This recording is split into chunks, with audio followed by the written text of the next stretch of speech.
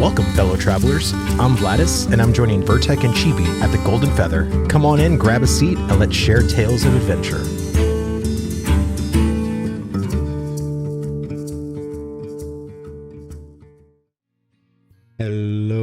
Hello, everybody, and welcome to the Golden Feather, where your hosts Chibi and Vertek discuss Ashes of Creation and important topics spoken about within the Ashes community. Every week, we invite you, the viewer, and a special guest to pull up a chair and grab a pint and join the conversation with us. Today is the 8th of September, 2023. We have episode 178, Nodes 1v2, featuring Vladus. How are you today there, friend? I'm doing good. Thank you all so much for inviting me again. It's been a bit since I've been back at the tavern. It's been a long and weary journey for me to have traveled this far. Yeah, I was just looking at it earlier today. It was like episode 110 or something like that. It's been over a year. It's been a minute. Yeah, it has been a bit. But I'm excited to be back. There's a lot of stuff for us to kind of even talk about, or the node showcase just in general. But this past year has been quite crazy. So, oh my nodes! Indeed. Oh my nodes! Nodes have been sent. They have. All right. They've been received. They have been received. Very much solicited. Just saying. Yes. So, the other smiling face here is Chibi. How are you today? I am doing well. Thank you for asking. I'm very excited for Nodes 1v2. Yeah. We thought it'd be a fun title, play on as a 1v1. Hey. And also we didn't get Nodes 3, we got Nodes 1 version 2. Basically. I would even say more mayoral update. Yeah. Really. Yeah. Which is a part of the node system, but I mean, it was more of the focus, whereas the old ones were like the different types of nodes and the focus of the nodes. Yeah. Also, Zelexia, congratulations on your 1-year anniversary with being a patron of our tavern. Yes, Congrats. Thank you so much. And by the way, since we were in the countdown and everything, hello to everybody.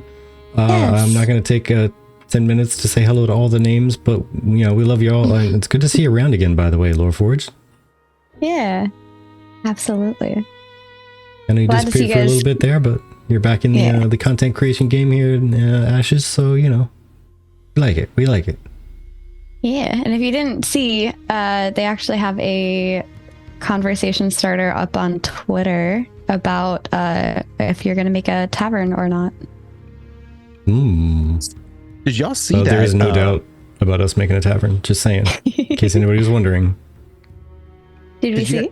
Did you see that there is a game on Steam called Tavern Master?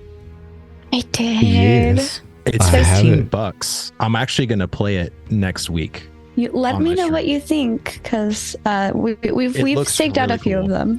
Yeah, it looks really cool. My officer in Axiom, Kat, she was playing it today, and it's a very easy game, but it's super addicting. It's a lot of fun. It's a builder. You literally build your own tavern, and then you start getting customers, and you have to service those customers.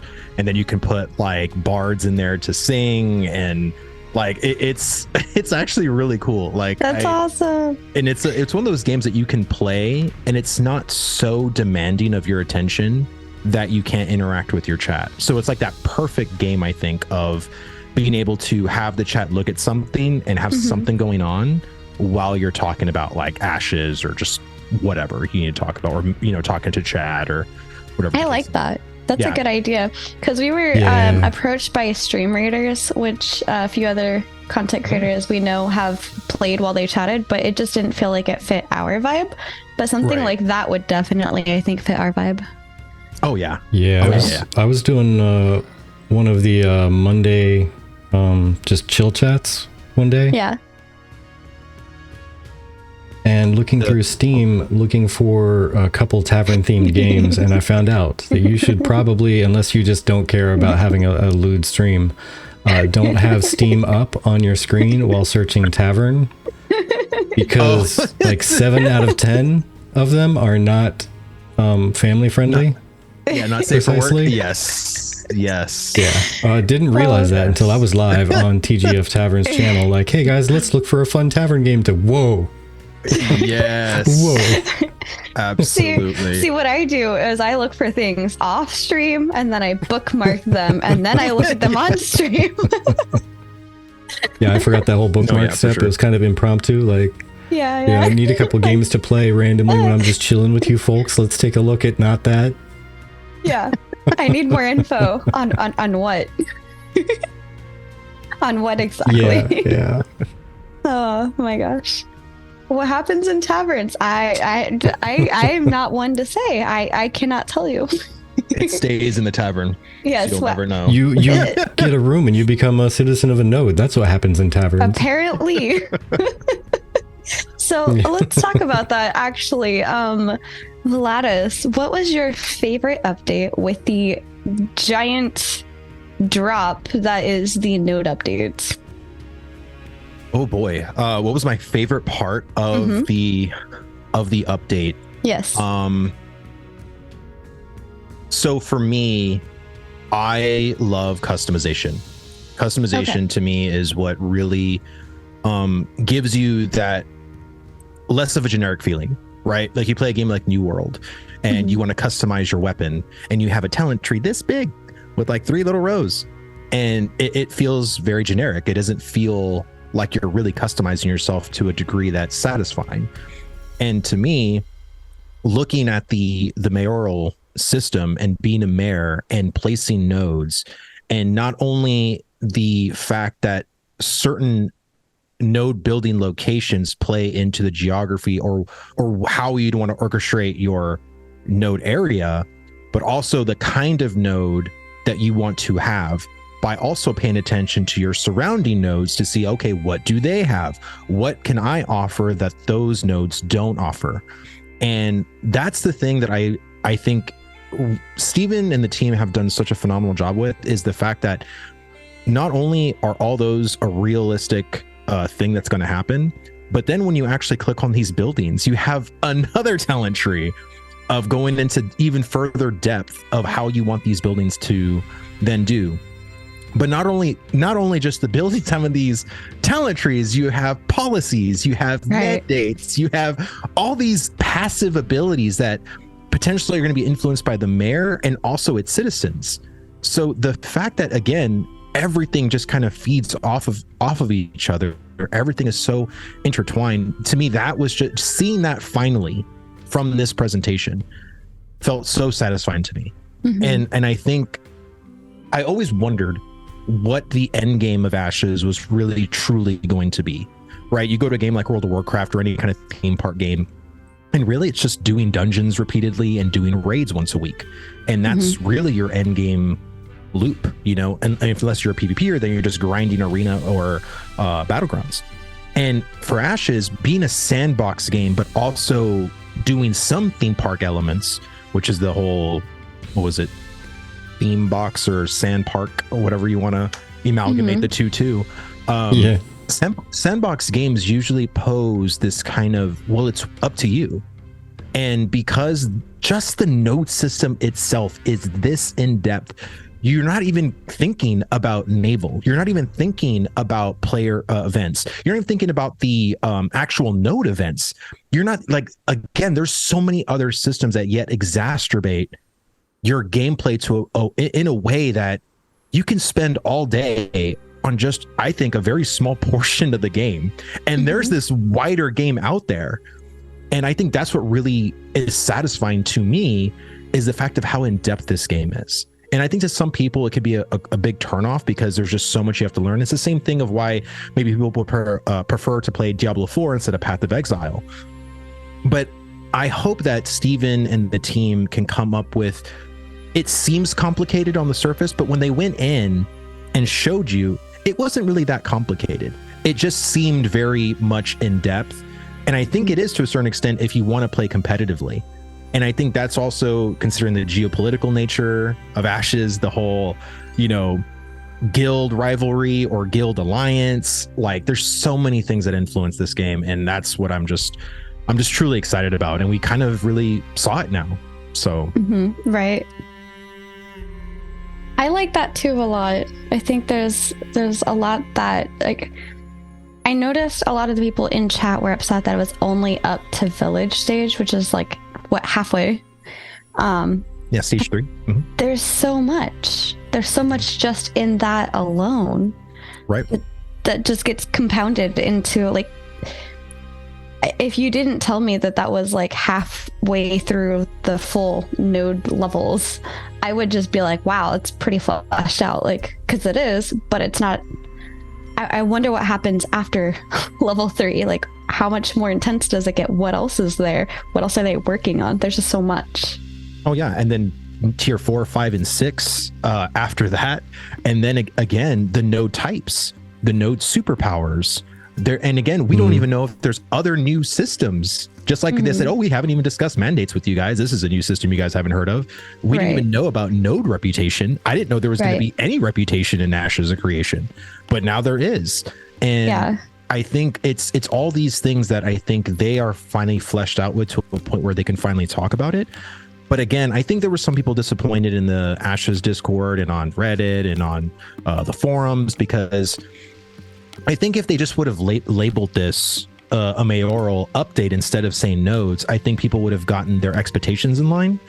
And it was the same thing, if you remember back when the Tower of Carfin, when they teased the Tower of Carfin in the stream beforehand, and people started going wild, like, oh my God, they're going to go inside the Tower of Carfin and they're going to do a deep dive dungeon and we're going to see bosses and we're going to see all this stuff. And then Steven prefaced and said, hey guys, just letting y'all know, we're not going to really go inside the tower and do like a full in-depth dungeon thing. We're going to kind of showcase our story elements, our story chapter system, and kind of just be outside the area and kind of just show you guys, like, you know, not a deep full dungeon thing. I wish Steven or the team would have at least prefaced with the node stream, because they never did. So people just assumed, oh man, they're going to show us all this stuff. Like, people were setting some wild expectation on this node stream. And I told my chat, like, you guys need to just, whatever your expectation is, temper them way down, because we don't know exactly what they're going to show. And I know how big this system is. It is probably the largest system in Ashes of Creation, is the node system. And so absolutely, like, how do you expect them to showcase every facet of this system? And they gave us a 2-hour showcase on just really the mayoral system that's in the node system. You know what I mean? Right. So it's that's only what's available of the mayoral system on the village level. Like, imagine if they've gone into Metropolis where more stuff unlocks, and then they have to walk halfway across a giant town. Okay, so as we walk to the other quarter, go ahead and give us some info about this or that. 5-minute walk later. And that's the thing too, of how big these areas are. And I remember when Steven says that the original freehold was going to be 0.5 acres, and they said we actually upped that to 1.5 acres. I don't know what they did, but I think they also increased the size of the village node. And I think what I'm really curious about is the city and the metropolis. Like, are those going to be bigger than we thought they were? Because the village looks pretty dang big. Right. So I'm really curious, when we see these metropolis, there's only going to be 5 of them in the entire server. So can you imagine how big they are? They could be the size of 3 Stormwinds put together. You know what I mean? Like, something really ridiculous. So that's what I'm kind of interested in. So, follow-up question for both of you. What were your thoughts on the fact that there's different templates? So before, in Alpha 1, we saw a very flat village, but obviously in this update, there was that plateaued version. What are your thoughts on that? You can go first, Vertec. Like the multi-level village instead of all being flat? Yeah, like they have different types of, like, like the multi-village elevations. Thank you. Like, they have different things like that are like quote-unquote generated for the node to generate on, besides always being the same. I like it. Honestly, it's going to add some variance. It's going to add a little bit of, I mean, I hesitate to say realism, but at least like reality-like components to the fact that there will be towns and stuff built on multiple levels, because that's just where you settled. And somebody was like, I'm going to build my house up on the hill. And so they did. And then a couple years later, they sold their house, got a different one, and somebody turned it into a barn and built a bigger house next to it, and so on and so forth. It's going to reflect more of just how things feel. It's going to feel more organic. That's more the word. It's going to feel more organic rather than just the land gets flattened, buildings go here, trees grow. Very procedural, in that way. Yes. But I think, again, it just adds an extra layer of immersion and depth. And again, elevation is going to play another factor into, PvP. I would say the node system and how it's going to expand is really going to blow people away. The thing I wanted to see was the transition. I wanted to see wilderness at stage 0 go to stage 1. Yeah. I wanted to see stage 1 then go to stage 2. I wanted to see stage 2 go to stage 3. Because they did that in Alpha 1, but it was just instant pop. Like if you were standing like where a barrel was supposed to be at stage 1, then you were inside the barrel until you just jumped out of it. You know what I mean? Or something like that. Yeah. And so I'm really curious how they're going to handle the transition of the node leveling. Like, because I like the idea of whenever you saw the building that they were doing leveling or kind of being built, like in the whole animation they had. I think from 0 to 1, I wouldn't mind an instant poof, because there's nothing there. Right. But I think from stage 1 to 2, I kind of wish that like as the node is being increased in experience, there's certain like you can see like built like additions or like wood being like getting bigger, getting longer, you know what I mean? Like I don't know how taxing that's going to be on the server to technically do that, but I would also be fine if they just, from stage 1 to 2, they give you like a 2-minute warning if you're in the node to finish what you're doing, because you're going to be teleported right outside of it. Right. Because we're going to give you guys like in the area like a small little cutscene that goes from stage 1 to stage 2. I like that. That would be a really cool idea, because then you can have like the little cutscene for everybody who's in that exact node area. Right. I also kind of like the idea because they already do it with the buildings, right? So they put the beginning cinder blocks and all these, like they have the rope around that the section that we saw in the video. Right. And so it gives you that idea of like, hey, this is cordoned off and something is happening here. So I think it would be kind of cool as you're leveling through the node at like a quarter of the way through the level, you kind of start seeing something starting to get piled up in the corner.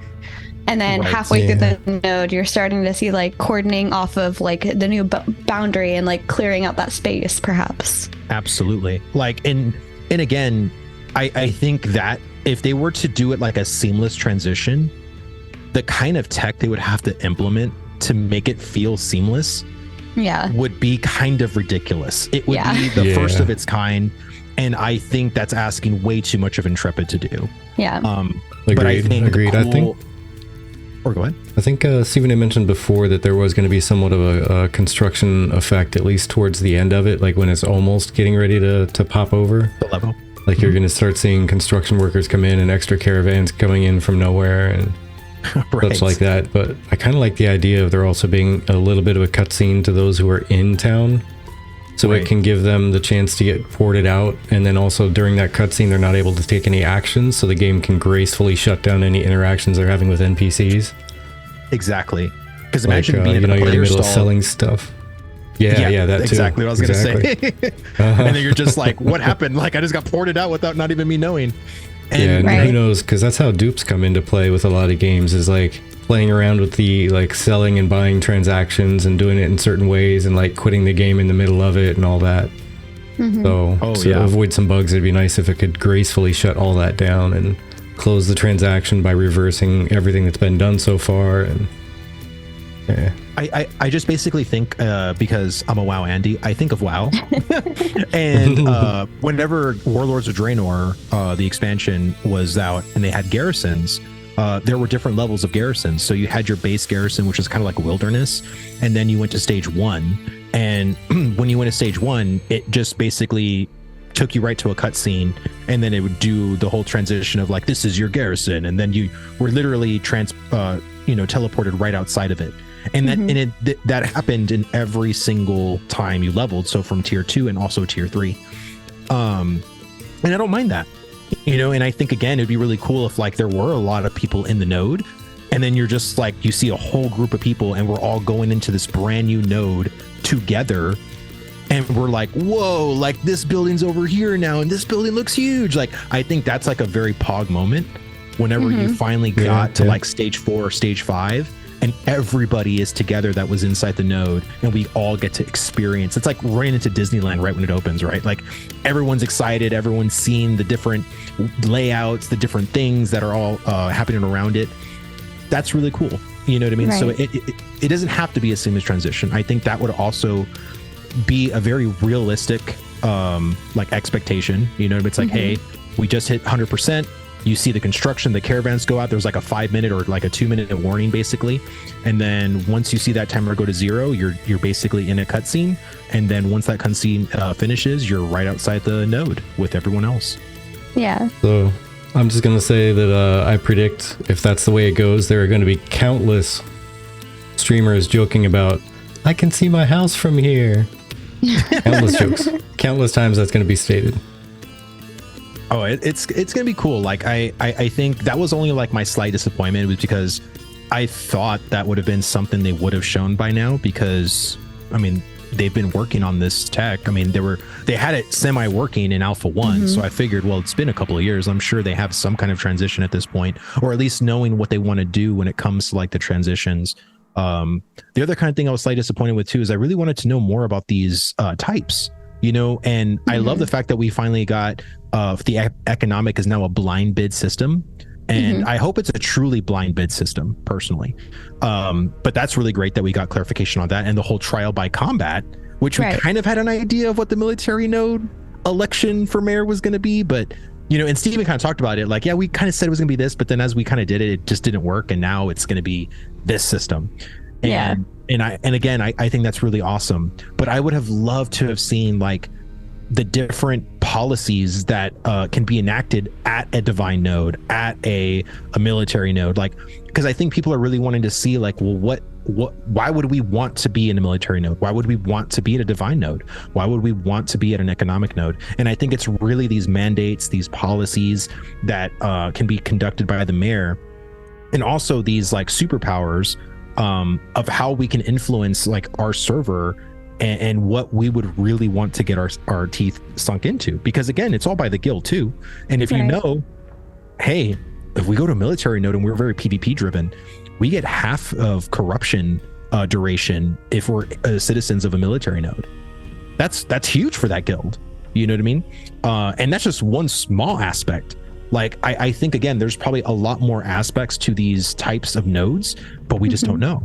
And again, this was the perfect showcase to kind of at least explain some of these benefits. Right.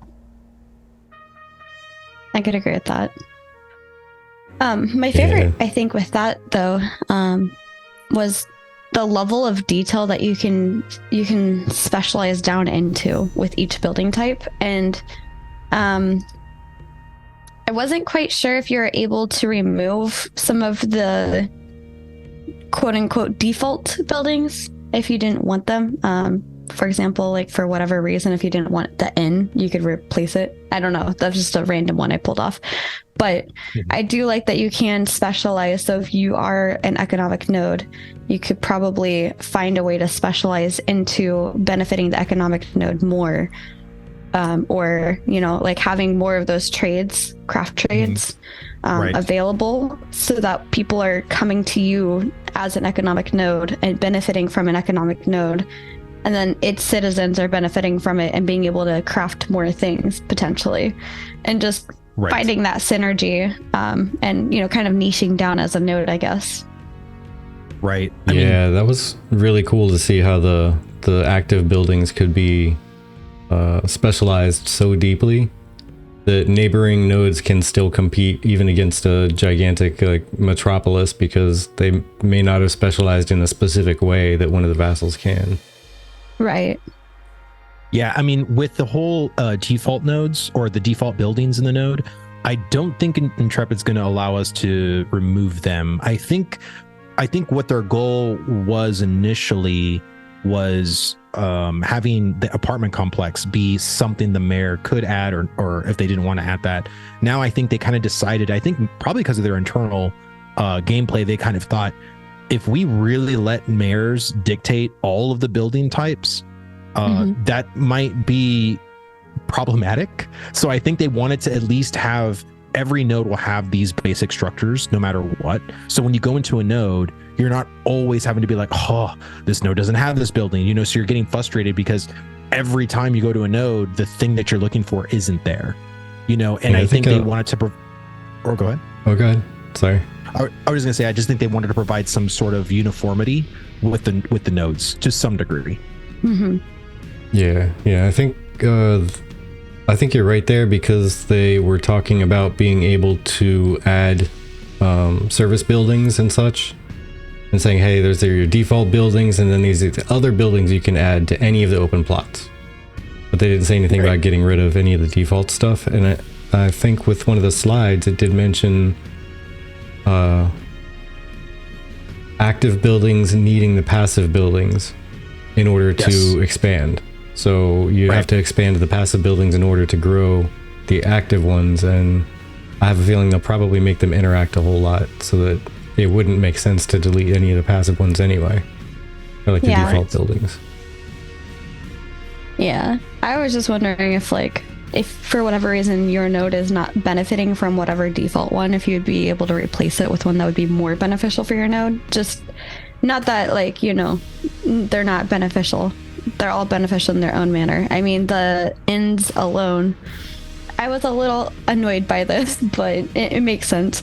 The ends alone being player housing. You don't like that decision? I don't like it from the standpoint of kind of more on the realistic side of things. I don't move to a new city and then live in an inn. I moved to a new city and I live in an apartment or a house.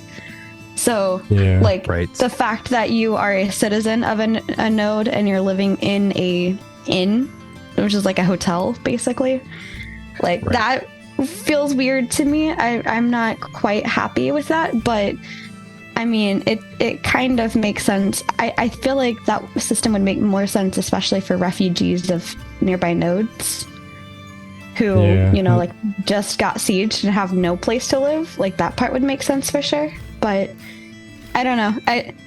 It's going to be one of those agree to disagree on my end. I'm kind of right there with you. I mean, I'm not one to criticize a lot about the game. I don't find it a lot negative, but I feel that this is it was kind of a response to people being upset that there wasn't going to be like player housing for everybody, because they're all going to be limited. I mean, even the nodes guys said like they're all going to be relatively limited. Even finding out that freeholds were going to be the most limited and not the in-node housing being the most limited was kind of odd. But just the fact that you can, you know, go to, say, a vote for a policy and say, I'm a citizen of this node too. Dude, you live in a closet with a bed above a bar. Get out of here. Your opinion doesn't count. Like, what are you doing here even? So I'll say this. So the inns and apartment complexes are both going to be instanced.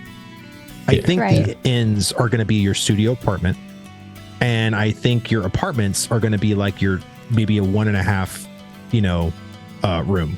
You know, like so it's like a little bit more of an upgrade, basically. Right. And I think the reason why they did that is probably because during their internal testing, they knew they wanted to have limited housing, which if they just had the apartments was 50, I think, max at level 3, and then it was going to expand, you know, to 4, 5, and 6. But even if it expanded for a couple of hundred people, like, I don't know if that was going to facilitate a lot of the people. And then knowing that, okay, so we're screwed when it comes to apartments, like what's the in-node housing? And then that's going to be truly expensive. And then there was the freeholds, which is probably going to be even more expensive. I'm still kind of, I'm still not worried, but I'm thinking of how much, like, because we don't know how much gold you know, if they can say a number like, oh, it's going to cost 10,000 gold. Well, I don't know how much. Is it going to be like 10,000 gold in the sense of like classic WoW, how gold is so hard to come by? Or is it like 10,000 gold in the sense of like retail WoW, where it's like super easy to come by? I think that kind of ultimately matters. And if they know it's going to be like, no, it's going to be quite pricey. Like you're going to spend some time trying to get up to that number to buy like an in node house or a freehold. Yeah. I think that's why they added the inns, because they're like, well, we need something additional that feels more affordable, that doesn't have a kind of barrier to entry the way apartments do, because apartment will have a barrier to entry. It'll be a you know, a not so big barrier, but a barrier nonetheless. And so I think they just wanted to facilitate as many people as they could. Yeah. And that's why I was saying I think it was a response to people being upset about there wouldn't be enough housing for everybody, because the apartments I could see quite often mayors are going to ignore apartments, because what are apartments going to do for the defense of the town or for pulling money in or whatever? All it's going to do is add more taxes, and why spend tax money on getting more taxes? Well, just I believe things that people want to buy. The Steven said that the apartment building is now a default building in every node. It is, yes. Yeah. So it's upgrading it. That is the big thing, because it's going to start. I think it was at 50 people, 50 apartments. Yes. And then every upgrade of a node, you can choose to increase the size or not. Yeah, so for Village Stage 3 apartment buildings, they offer 50 rental apartments. Additional apartments can be added at Town Stage 4 if the mayor chooses to construct them, and if there's an available plot for the expansion. This includes different types of apartments, such as penthouses. Okay. I don't know why, but I had some... my own interpretation, I guess, was thinking maybe the default buildings were just going to upgrade themselves whenever they go from like a certain tier. But if you have to upgrade them yourself as the mayor, then I kind of see your point, Vertec. But I also feel like that's why they added the nodes, because if it doesn't seem worthwhile to upgrade the apartment complex and those just stay at 50 for the entire duration, even at Metropolis level, you know, I think, again, people wanted somewhere where because if you're going to earn things out in the world, like certain patterns or recipes or, you know, chairs or wallpapers or flooring or whatever they do for the player, they wanted some place, even if it was instance, to like for you to put it, you know, so that way whenever you put it there, whenever you do finally get an apartment, or when you do finally get an in-node house or a freehold, it'll hopefully be like an easy transition, because it'll hopefully stay within that UI to where you can just drag all your stuff that was in your inn to your now freehold or your, you know. Yeah. I don't think it's that big of a deal. No. You guys, you and Go would like put the DM in me, like so in D&D you don't just get a house, right? You typically stay in inns as you're moving around, and like even if you're staying in the same city, you tend to sleep in the inn most of the time, and you just hope that the money that you're making is more than the money that you're spending on the inn, or, you know, at least equal, so you can get some food. So like the DM part of me is like, well, I guess that makes sense, because it says I think Intrepid probably wants inns to be used as to introduce players to the storage and the citizenship system as soon as possible, especially at launch when other housing options aren't all available. But also looking further into the apartments, and I know this is about nodes and not apartments, but I just realized that previously the apartments wouldn't have been available until stage 4, but they moved that back down to stage 3. Yeah. And so I thought that was kind of cool. But yeah, every base / default building, you have to upgrade on your own as a mayor. Now this brings me to a different topic that Vertec and I were chatting about a little bit, because we rewatched it yesterday. I initially thought that the system for building a building was kind of redundant, because you put out this buy order for all these materials, and then you have to do it again essentially for additional materials. And before they even got a chance to explain anything, I was like, well, that feels redundant. Like, you put out a buy order. Why don't you just add that into the buy order? But right as soon as I finished that thought, they're like, yes, this is a way that the citizens can make sure that if the mayor is choosing to make this thing and they don't want it, then they're not going to put any into that. And I was like, oh, that's smart. I didn't think about that. Yeah. So. And earlier when you were asking Vladus, like, what's your favorite part of the revealed information? That's my favorite part. Yeah. Because I'm gonna go on strike. The only thing I'm voting on is apartments until you build them. If you don't increase apartments, the number of apartments, I'm voting against everything. I'm gonna pick it like out in front of every building plan you ever have. Build apartments, people. Come on, let people live in Vera, not staycation in random inns on the new world that they just spent their life savings to move back to from Sanctus. Yeah. Well, I think, again, it's just one of those things that I think Golden was right on the money with them being introduced to you as soon as possible, and ends will be that super low barrier to entry. Yeah. But what I really like is the fact that if mayors make that decision to not upgrade the apartment complex, everyone's going to be in studio apartments. You know what I mean? Like, and I think that's what's going to inspire people, because I think, again, once people start seeing these in-node houses, the freeholds, they're going to be like, I don't want to be in this inn any longer. You know what I mean? Like, yeah, exactly. It's gonna force you, because you're gonna start seeing these more prestigious rewards, because you got, it's like they got you in. Like, I would almost take it like a mobile game whenever they give you that, 800% off, you know what I mean? And it's like a $1 buy. That's the inn. That's the inn, right? It's that dollar buy that gets you in, and now you're in the inn, and you're experiencing the UI features of the freehold system, right? And placing things and doing stuff. Now you're addicted.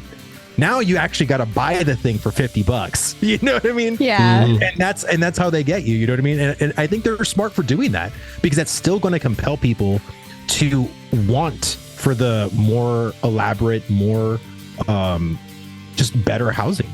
Yeah, exactly. Like, especially for somebody like me with like let's do a housing tour, like let's do my room tour. If my mayor is like, yeah, we're not putting that in, but like there's like a node over, like one of the vassal nodes that did, I was like, all right. Peace. I'm going to that one. It's like, I'm willing to be a refugee for a week if I can go into being a citizen at that freehold or at that node inn or whatever. Yeah, exactly. Yeah. We'll see. Vertex, I don't know. Yeah, I was gonna say, I think it might actually be counterintuitive in that direction, because if none of these nodes are increasing their apartment count, and the only place I can stay is an inn, I'm just gonna give up, and I'm resigned to putting my stuff in a closet in this tiny little inn, or I can just not pay for an inn and just do the same thing, because storage can't be very big in an inn room. So you can't really store like a lot of stuff or do anything in there, really. Exactly. Whereas apartments are going to have things to do and all that. But if you can't get into any, you're just going to permanently resign yourself to whatever. I just can't do anything. But having more apartments and getting people addicted to actually having like a decent space that they can invite people into, right? And it just feels better. But I mean, I can understand the design they're going for. I really can. And like I said, there's a lot of good stuff that came out, but it's just kind of made me twitch a little bit. Yeah. So, hi, Nair. Welcome in. Two things. First, Sorensington says mayors are going to be running political campaigns on what they're going to be building as mayor. Trade chat, blacksmith, T2, smelter, T2, walls, T1, apartment, additional vote me. Yep. Vote for me. Hi, Annie. I'm telling you, the political campaigns are going to be hilarious.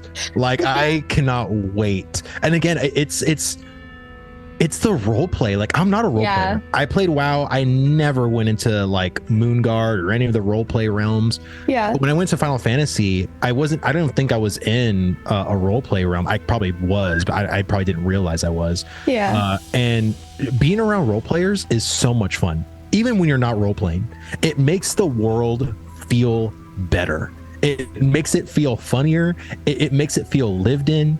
And again, I can't wait. There's so many aspects of the role play that I'm really interested in, especially the religion system, because I want to see these crazy zealots in the freaking, in the node areas, like, shouting like, this isn't real, you're inside a simulation, like, this world is flat, the flat Vera society, or just like all these different things, right? And then you're gonna have like the people that are gonna aspire to be mayor and be like, hey, vote for me because this is the kind of buildings that I would want to put in for you guys, so vote me in and I'll do it for you. You know what I mean? But it's gonna probably even be funnier than that, right? You're gonna have all these people that are gonna be like, I'm not going to do anything for you. You know what I mean? And like, they'll probably get voted in because they're like, oh, okay, like, let's see if you don't do anything, just for the meme. So it's going to be really fun, man. Like that's the whole beauty of a sandbox game. And I'm really impressed for how much laterality and player agency that Intrepid is actually giving us, because I think we're always so shackled in other MMOs to where we have to stay in this parameter, we have to stay within these guards, right? And I think Intrepid is just, they've taken off so many guards and just said, let them run wild, like let them play, let them have fun. And that's the thing that just, I cannot wait. It's gonna be so cool. That was the second thing I was wondering, like if we are in charge of a tavern, like if we own a tavern, does that mean our bed is officially in the tavern? Because you can add more in rooms to taverns. Oh my god, that's a very good question. If your tavern has an inn, can you be can you have that as your inn instead of the one in the node? Because it says owners of taverns are able to rent out rooms. The quality and quantity of rooms scales with the level of the tavern as well as the rested XP. So it's capped. I think so. Yeah. So it's basically kind of like an apartment at that point. Yeah. But it's called an inn. Yeah, it's a tavern bedroom or a tavern room. Yeah. That's still a good question, if that gives citizenship if you rent it to a certain degree. Right. I feel like it would, because it has to be built in. It's one of the node type, like I don't know, freehold types, I think. So I feel like it'd have to give citizenship for it. One of the building things. I just wasn't sure if it was only inns that are inside the node. And like inside the node's walls. Yeah. Hi, Isaiah. Welcome in. But yeah, no, I mean, these are great questions, because like I also really, like I said, I really enjoyed the specialization that you could go into with it. Like you can get certain beds that have rested XP benefits, and you can increase the amount of rested XP as you specialize. So I think that's just really neat. And like this just builds on the whole idea of you can really customize a node on what you're wanting, what its citizenship is wanting out of that node. And I think that's really unique and really interesting. And I'm excited to see what even if we did like this, I guess I can't talk. I'm going so excited. I'm going so fast. This further goes to the point of every server is going to be different. Every server is going to be built differently. There's so many, there's a numerous amount of opportunity to have the same quote unquote build, but be very different from each other. Because even if you build all of the buildings the same, if your mandates are different, if your node superpowers are different, if it's even a different kind of node, it's so cool, just the numerous capabilities of it. I just love it. I don't know. It's like the multiverse of Vera. I really hope that there's enough player agency to select superpowers, because right now I think we only know like one of each. But man, would it be so cool if there was multiple you can choose from? Like as the mayor, like a giant vote. Yes, so I was thinking of divine nodes, right? People are like, it's divine and military that people don't know, like, oh, this is kind of, dumb or whatever, right? But wouldn't it a great superpower for a divine node to summon a celestial god into like a castle siege or a node siege? So it's like, and you can do it for and it's a very short time, you know what I mean? And you can maybe only do it once within, a certain parameter or whatever. But it's like, you can have a superpower where you can have like a god help you or defend or attack. Like that would be awesome. Because I think there's like 6 religions in Ashes of Creation, so there's potentially 6 gods. So I don't know, like there's just a lot of different things that I think they could definitely expand on, and I think superpowers should definitely be one of them. And I don't think there should be like tons of them. I mean, but I think at the start I would love at least 2 or 3 instead of just only one. So. I think it'd be cool to have something to do with it, like where like the base, like whatever base one, maybe the one the cleric usually goes with, is like if you're cursed and you enter into the city walls, it cleanses the curse off of you or gives you some other type of boon for like X amount of time, because it's like a divine node. That I think that'd be kind of cool.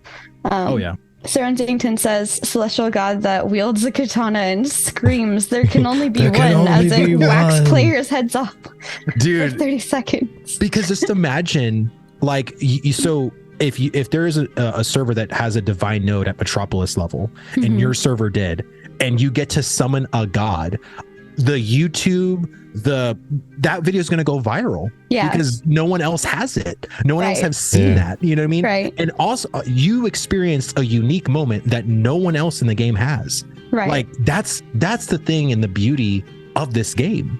And that's why I am just, God, there's just so many things that I think just more options, you know what I mean? And they've already doing a crap ton of options, but I'm just saying, like, there's so much stuff that they probably have underneath their sleeve that they're not sharing with us currently, because clearly they've been playing this game, internally, right? They've been clearly playing this game. So I think they've figured out a lot of what worked and what didn't work.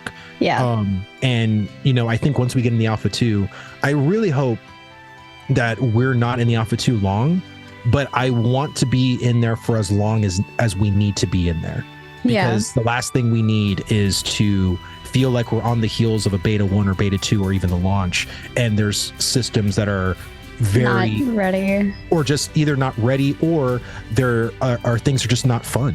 And we're telling Intrepid, like, hey, this is how the community wants it. And again, the whole feedback loop of Alpha 2 is going to be very interesting, because feedback in Alpha 1 was also interesting for me as an outsider. They listened very well, and they were able to react, I think, very appropriately and very quickly. Comparatively to a lot of other, where I've only experienced Blizzard, and Blizzard was ridiculously and anciently slow. So with Intrepid, 3 patches later, they kind of addressed what the issue was like a year ago. Exactly. No, you're 100% right. And so I think I just want Intrepid to be as upfront as possible, so we can then move on. Because I think a lot of times in WoW, there were certain things that we were saying for feedback, and that wasn't a philosophy that Blizzard had, but they didn't say anything. And they said it like 2 patches later. Well, I know y'all were leaving feedback during this time, but that's just something that we weren't willing to do. And it's like, well, then you should have told us so we could have moved on. Yeah, exactly. I mean? Instead of like a lot of people holding their breath, like, oh, maybe they'll listen to us. Maybe this patch, maybe this one. Exactly. You know what I mean? And I think that's going to happen with PvP, especially with corruption, with the whole PvE debate, you know what I mean, kind of thing. There's a lot of things that I think Intrepid just off the bat, once feedback starts pouring in, because it's going to pour in like crazy. They need to very much say specifically what they're willing to bend on, and what are certain principles that they will never bend on. So that way we as players can leave feedback accordingly, so we're not shouting into the void saying, hey, you need to change this, when we know that's not going to be changed. Right. It's essentially redirecting focus. Like, this isn't going to change, so like you can complain about it, but like if you tell them stuff, like they're going to be like, okay, well, we told you. And I think the more serious testers will definitely try to be like, oh, okay, even though I'm not a fan of that, like I can at least move on and give them other feedback that I have an issue with, or other people have an issue with. Right. I guess my major concern though is that, once people like these major streamers or personalities on YouTube or Twitch start trying to echo the sentiment that Intrepid isn't going to change, like I'm really curious how that dynamic's going to work too. You know what I mean? Just because, I don't want Steven or Intrepid to feel pressured. But I know how Asmongold is. I know how, some other streamers are when they don't like something. And but again, you know, I think Asmund probably will be more reasonable. I don't think he'll be, you know, super hard-headed, but I just want this Alpha 2 to flow. I want the feedback loop to be, you know, I want updates, you know what I mean? I want certain things to kind of go back and forth between us and the community, because, you know, I want this game to come out as quick as possible. You know, I want to get to the launch as fast as we can, but I want to get there effectively and efficiently, and, you know, with as less bugs and with as much in-depth, you know, playtesting into these systems as possible, because of how in-depth these systems are. We have to go deep. We have to go miles deep.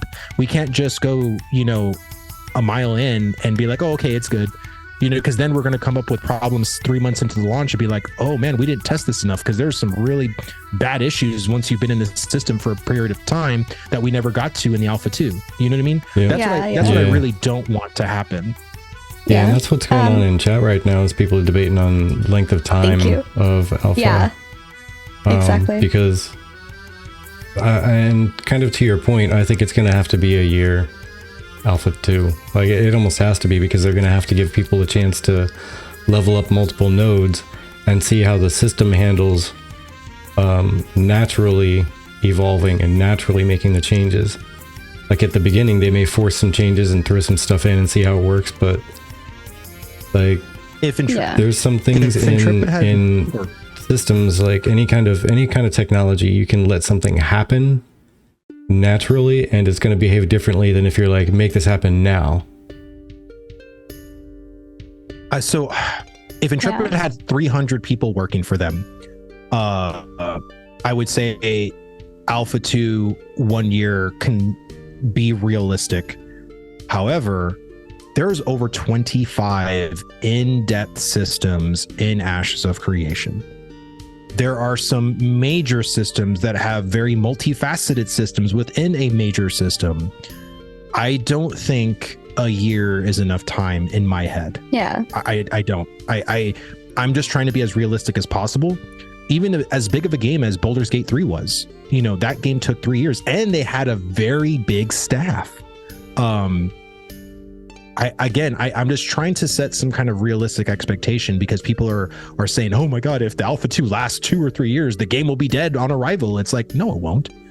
Because, or go ahead. Sorry. Nere's point said that BG3 like had 3 years of early access, and like it's still thriving, you know? Yeah, it's still monstrous. People are still going nuts about it. Yeah. You know why it's thriving? Because they had 3 years of successful testing and fleshed out this game as much as possible. So when they went in for the first 30, 50, 100 hours of Baldur's Gate 3, it was a polished game. It felt great. And that's exactly what I want for Ashes of Creation. You can't create a fleshed out game if you're spending like 6 months to a year on just a couple of these systems. Like, oh, we got like 18 more, but we'll get to that during the launch, and we'll keep testing in the launch game. That's what every other MMO does. And this is why we have a month into a life cycle of an MMO where we go from this peak concurrence to then going to less than 20,000 players. Yeah. Like, because they refuse to really flesh out and detail out their game. So I think with Alpha 2, I'm 100% sure, because Steven is fronting, you know, $40 million of his own money. He ain't going to rush that. Right. You know what I mean? He ain't going to rush it. You know what I mean? He wants to make sure that every single, you know, aspect of this game is as fleshed out as possible. Yeah. Now, I know they're going to have to adhere to deadlines internally and stuff like that. I don't think we're going to be in Alpha 2 for 7 years or anything crazy, but I just think a year is just a little too fast. But I could be wrong. We can go in and there could be certain things that they've mapped out the entire Alpha 2 and how they want to orchestrate it. And if there isn't any issues, if the players like every single system the way that it was designed originally, then I could see a year. But if players are like, oh, this system sucks, this system needs to be changed like this or balanced like this, because there's also, if you look at all 20 something of these systems, there are many of them that are time gated. So with time gating, you have to actually experience that time to feel or to see if it's going to work or if it's feasible. If not, then you need to extend or lessen the actual time gate. And, and that's the thing too. It's like there's so many things that could elongate the Alpha 2 just out of the practicality of the time gate.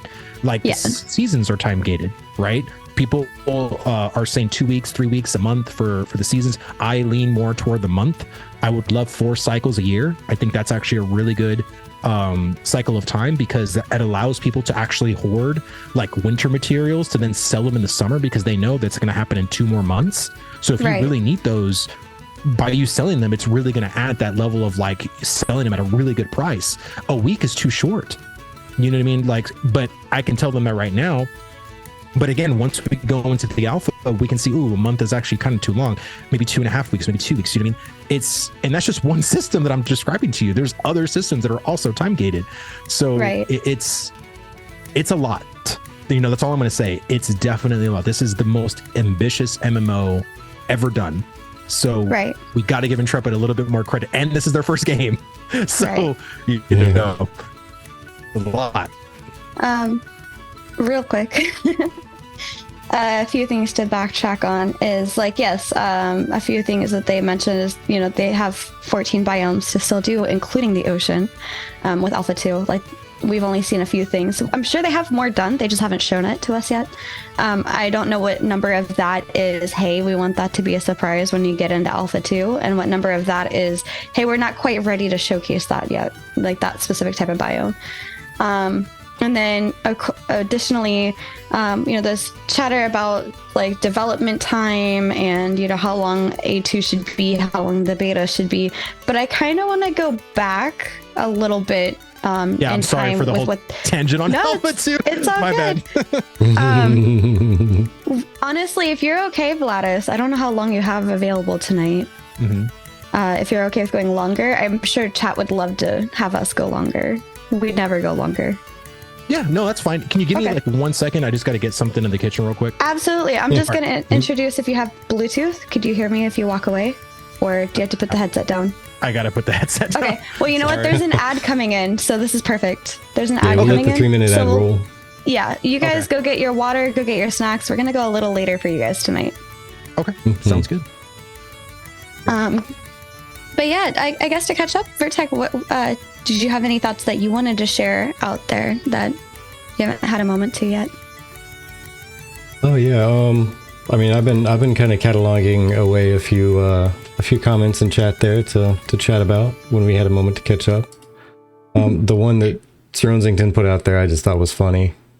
Yeah. There was a pale wagon, and in its cargo was a miniature horse, and its name was Scarcity, and it ruled every node that it arrived in. That was perfect. I love it. Also, thank you, Nara. Cheers. Cheers. 23 months, almost 2 years. Goodness, 1 month away from being 2 years. Thank you so Easy. much. Yeah, thank you. No ads. Yeah. The narration, right? Wouldn't Vertec be so great for something like that? That's awesome.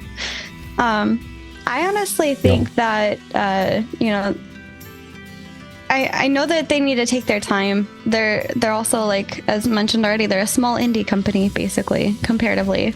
And yeah, it should have probably been out by now from the original guesstimate, I'm going to call it. But there's a lot that Steven's learned, and I think there's a lot of other things that they've realized, hey, this actually takes a while to update. But also, I think Richie, it may have been Richie that I saw, put out a video about the new 5.3 Unreal Engine update. So we'll see if, you know, Intrepid ends up doing the 5.3 Unity update or not. So I turned 2 today. I'm a big kid now. Wizzy. Stikeno. Thank you. Cheers. Thank you both. Appreciate you so much. Cheers.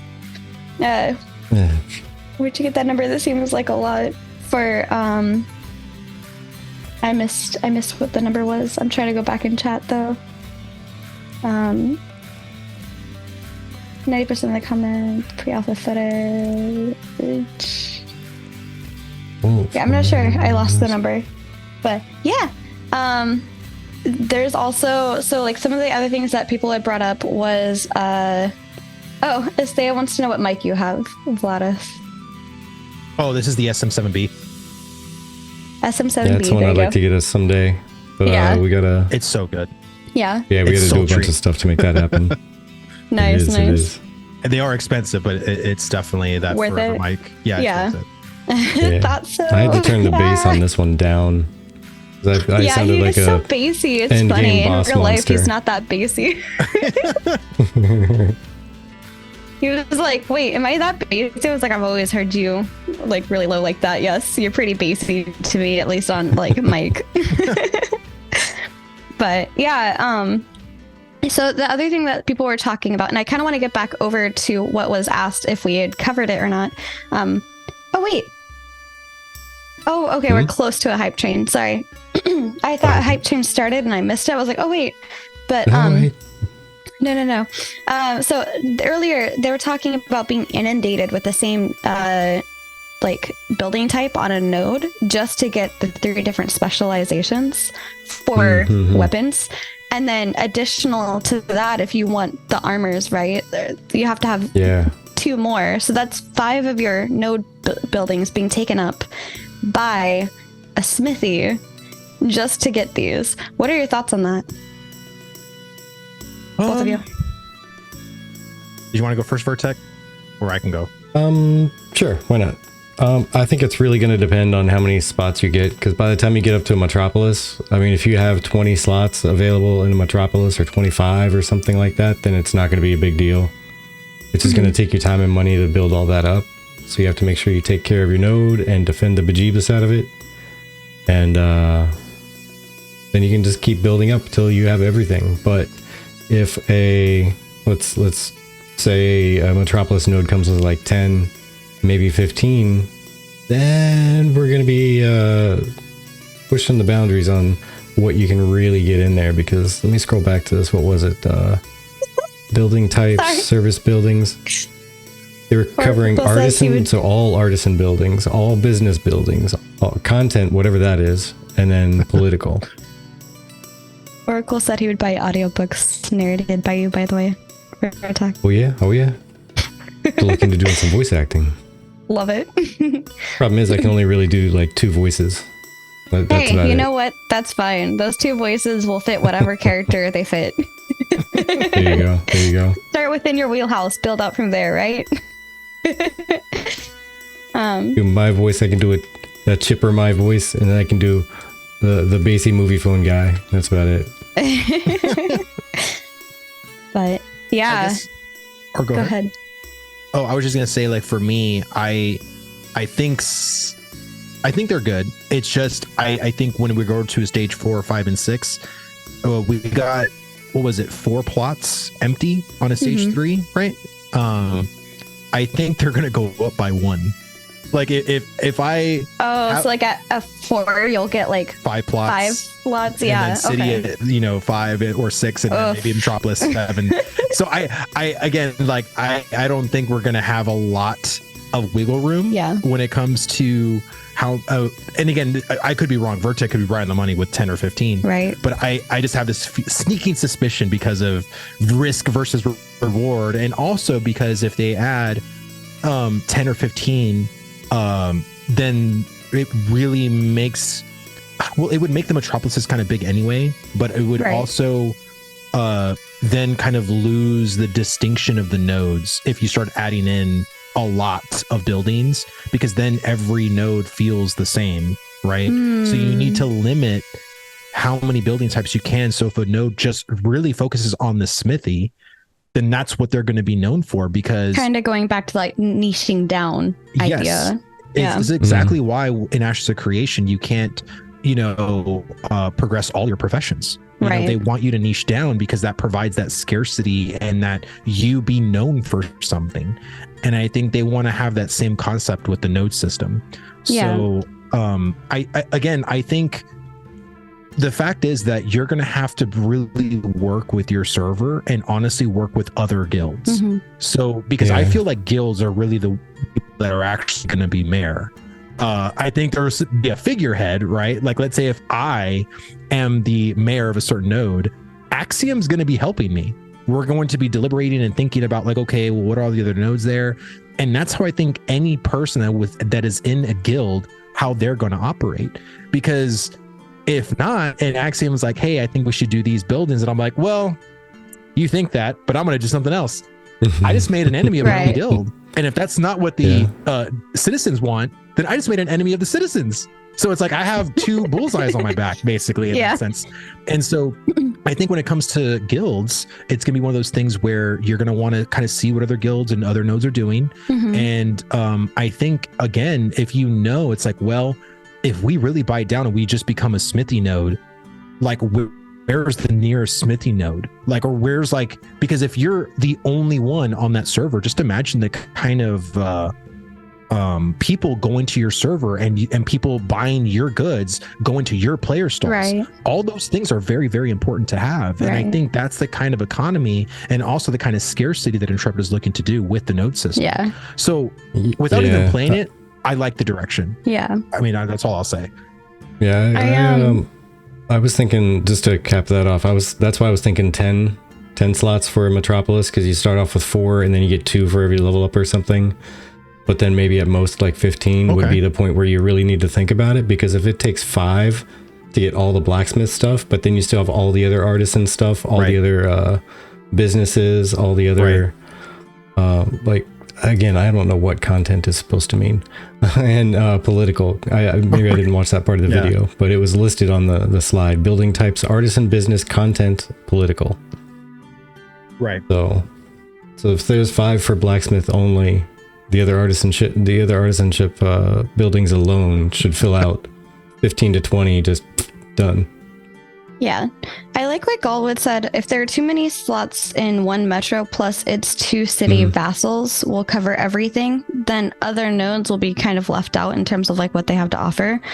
And then Galwood also said content might mean social organization. And then Firebrand says, but don't forget, Vladus, that it's only scientific metropolis nodes that you'll find the Stephen Sharif Artisan School for crafters who don't make good shit. So, that was a joke that he said yesterday when I was streaming. Yeah. And we were talking about Zoolander. And remember the building that he made that was too small? It was a school for ants. Yeah. Like, it's a school for ants. That's literally what we're talking about when it came to the node structures and stuff, and that's what Firebrand said, and it cracked me up. I was like, that was so funny. Oh my god. Oh lordy. You said which one had content in it? Which one for service buildings. Service buildings. Let's see. Slide number 7. Slide number 7. Service buildings. And yeah, it was artisanship, business, content, and political. Passive buildings include civic, cultural, fabrication, scholarly, and vocational. And needing to upgrade all that stuff. Ooh. Definitely gonna have to specialize. I was gonna ask you guys a question. When Steven said at the very end of the node stream during the gameplay portion, oh, what node is this? He's like, oh, it's an academic node. Do you think that was a misspoke of saying scientific, or do you think that potentially we're going to have subtypes of? Oh, that's hey, thank you, Scoots. Much appreciated. Cheers. Sorry. Thank you. Do we think that's a miss? Well, no, like you think we're going to have subtypes of node types, basically, like scientific. We'll have like academic, scholar, and something else has like different subtype.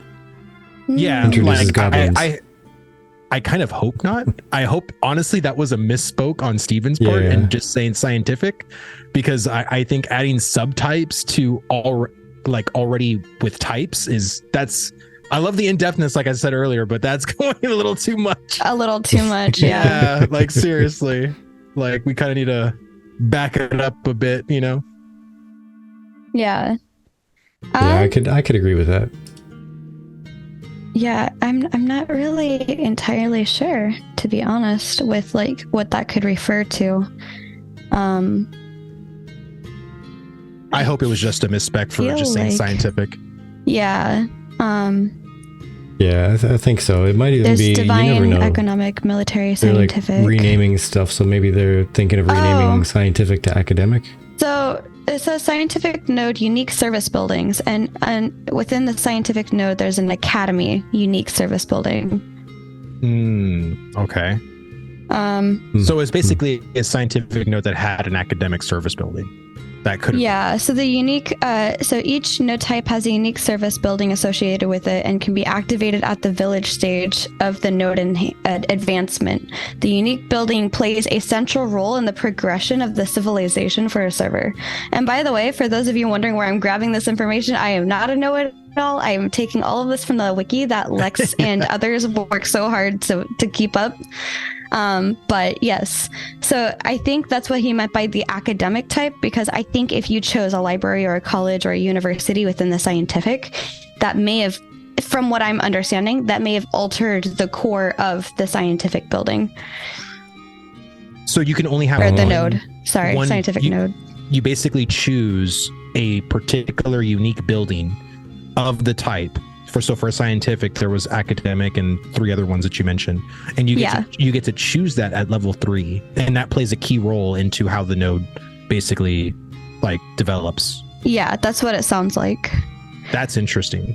So really, there are going to be subtypes then, because you could go to a scientific node that doesn't have an academic, and it has, what was it? The other ones you mentioned, like scholar. Oh, okay. Yeah, so I'll put the list there in the chat, but Galwood says academic and scientific are a bit interchangeable at the moment, from Steven last week.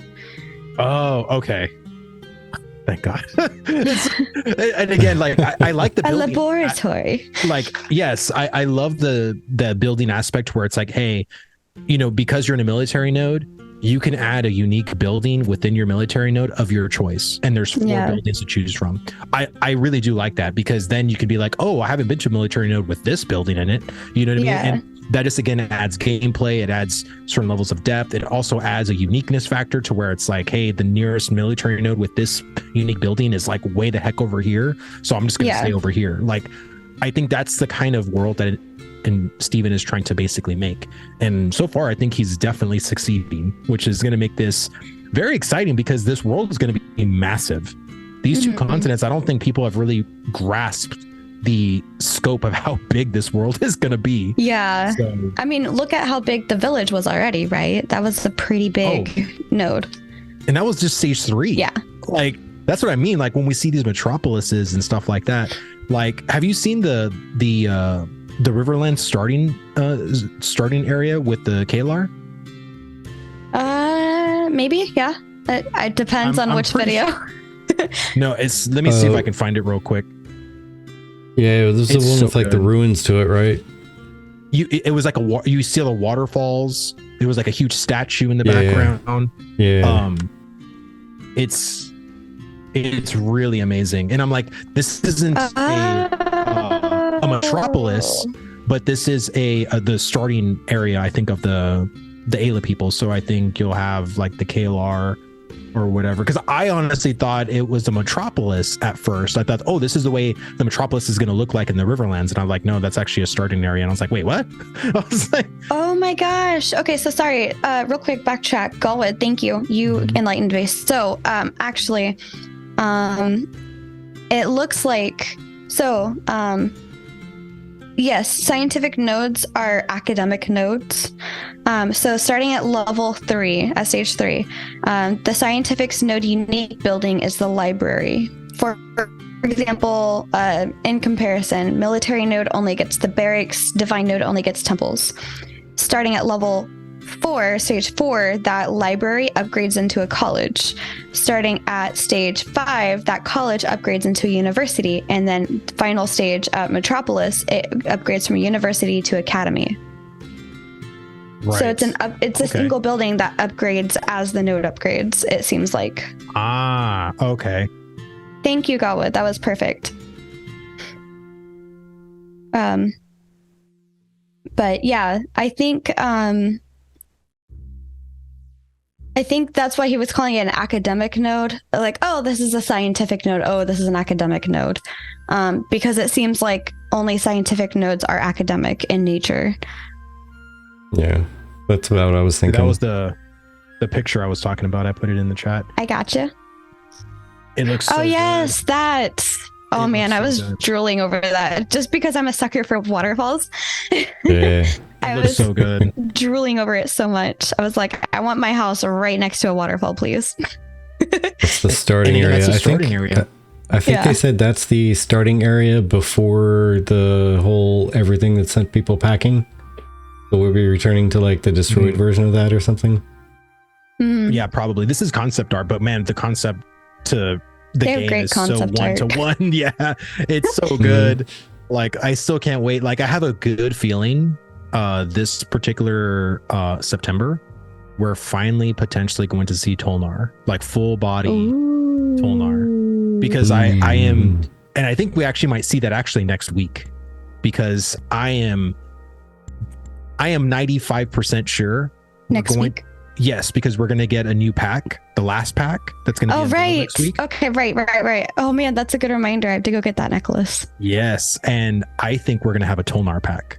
Ooh. Because it's quote unquote darker, like Underrealm. It's spookier, darker, but I think it's they're going to show off the Tolnar. So because usually they'll always like show a race of like, you know, displaying like the costume, right? Yeah. So I think they're actually going to have the Tolnar in the costume. You know what I mean? So you're going to see like what the Tolnar is going to look like in concept. Yeah. So, and I think for this stream, they might show us like with a really high res detailed of the Tolnar, you know. That'd be really awesome, because I mean, you see Wizzy in chat right now. There are people that have been waiting for the Tolnar. Like, they are waiting so hard.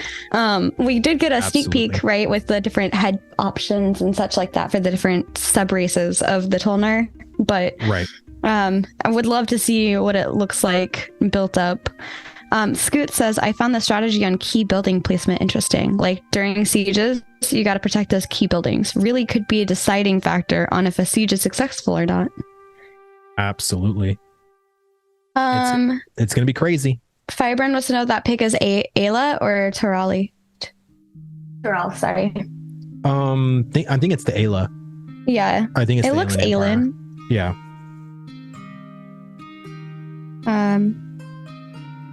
But yeah, no, I think there's so much to do with this. And then I forgot the question was insider trading. Oh yeah. Do you want to touch on that? Yeah, we do. Yeah, we do. So insider trading, as soon as the idea came around that there were going to be policies, and here, let me actually find this again here. There we are. But as soon as they mentioned that there were going to be policies that are going to impact, you know, faster mining of this or better mining of that, or basically in some way, shape, or form impacting the economy, and that the mayor isn't like a paid position, so you don't make money just by being the mayor. Right. Absolutely. I saw that there's going to be lobbyists dumping money at the mayor. Like, all right, we're going to give you a whole bunch of money, but what you got to do is you got to increase the logging profession in the area. Okay. And you gotta lower taxes on logging, blah, blah, blah. And there's going to be stuff like that. And there's going to be, okay, so what we're going to do is we're going to have a celebration on the 15th that's going to drop the tax rate down to like 10%. So get ready to sell all your stuff. Have like a Black Friday sale real quick. Oh my gosh, like a little like market, like markets, like flea market sales. Yeah, and I love could that see, idea. like, That sounds cute.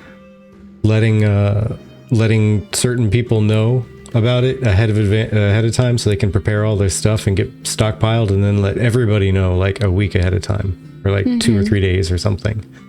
And the people that had 2 weeks or 3 weeks to prepare, they're gonna be rolling in dough and handing some money to the mayor.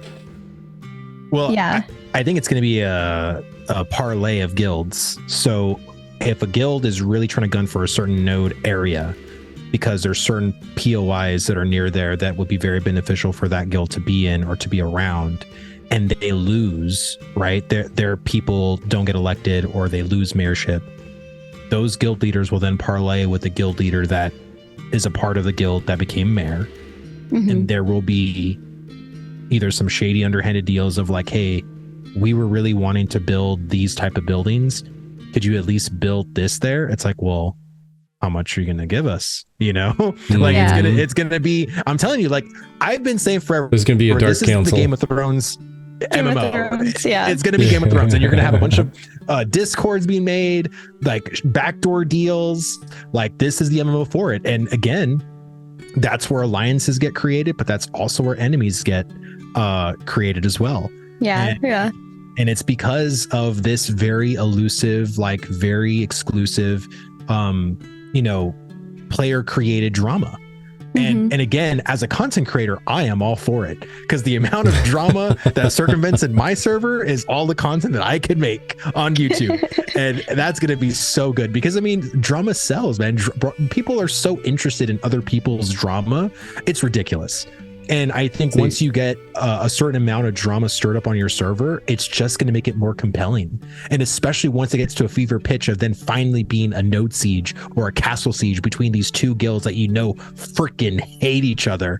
And you realize that there was actually a traitor amongst one of them that's betrayed them. And there's like all this crazy stuff that could happen. And it's going to be crazy. And I am all for it. I can't wait. I love it. Now, can you imagine also with the insider trading portion? Oh, dude, also compounding the whole mandates thing? We haven't even talked about the actual stock market. There's going to be a stock market in Ashes of Creation. So literally talk about insider trading. Like, having certain goods being able to like have this particular good raise in stock price and then having to be shorted because of insider trading, and be like, hey, I know there's this caravan thing that got sieged. They don't have it. They don't have that big thing. You freaking sell all your stock on that thing. The stock plummets. Like, I'm telling you, get ready, guys. It's going to be crazy. And then there's also like the inter-guild or inter-node politics as well, / trading. Oh, yeah. And even that can be impacted by all the above there. Now imagine you combine all that with the mandate system too. You get somebody who does everything super favorably for the population. They're getting all these mandates. Everybody loves what they're doing. 3-4 months in, somebody else comes along like, I'm going to be the mayor, and starts to get people behind them and whatnot. And they finally just take that last month and they're like, well, I have 100 million mandates stacked up here. I'm just going to force through a whole bunch of stuff. What can I do to make me some money? All right, policies. Who wants to pay me to force this policy through tomorrow? That's a perfect thing, because Nair says, my main concern with the insider trading lies more with the node currency. The player politics is great, but if the mayor and his guild can monopolize node currency by timing the building projects just right, that's bad. But if the node currency you can get from the projects are minor compared to other methods of getting node currency, then I care much less.